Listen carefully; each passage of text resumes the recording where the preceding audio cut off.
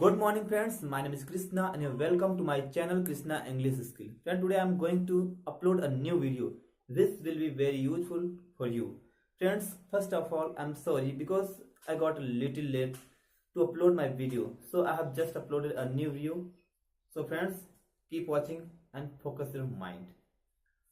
Friends, आज का जो वीडियो हुआ है फॉन्ड ऑफ का मतलब होता है शौकीन होना, किसी चीज के लिए शौकीन होना, उसको बोलते हैं फॉन्ड ऑफ।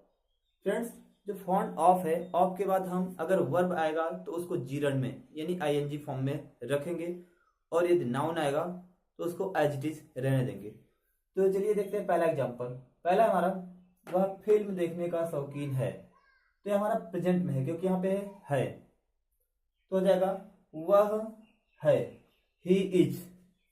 अब क्या है? शौकीन है, फॉन्ड ऑफ।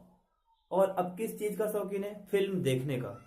तो देखने की मीनिंग वॉच होती है, तो इसलिए हम लगा देंगे वॉचिंग, क्योंकि ऑफ के बाद जीरंड आता है तो जाएगा वॉचिंग और यहाँ पे हो जाएगा movie. He is fond of watching movie.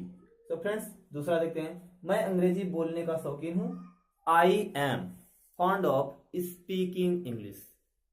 Next है फ्रेंड्स, उसका भाई पढ़ाई का शौकीन था।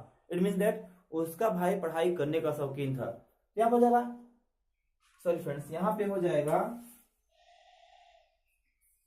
हिज। तो हो जाएगा his brother was fond of study. Study हमारा वर्ब भी होता है और नाउन भी होता है। हम यहाँ पे स्टडिंग भी कर सकते हैं, लेकिन मैंने यहाँ पे नाउन रखा है तो हो जाएगा his brother was fond of study. Was का मतलब होता है था, ये पास्ट में था इसलिए मैंने वाज लगाया। So friends, if you like my video, then subscribe to my channel. Thank you friends.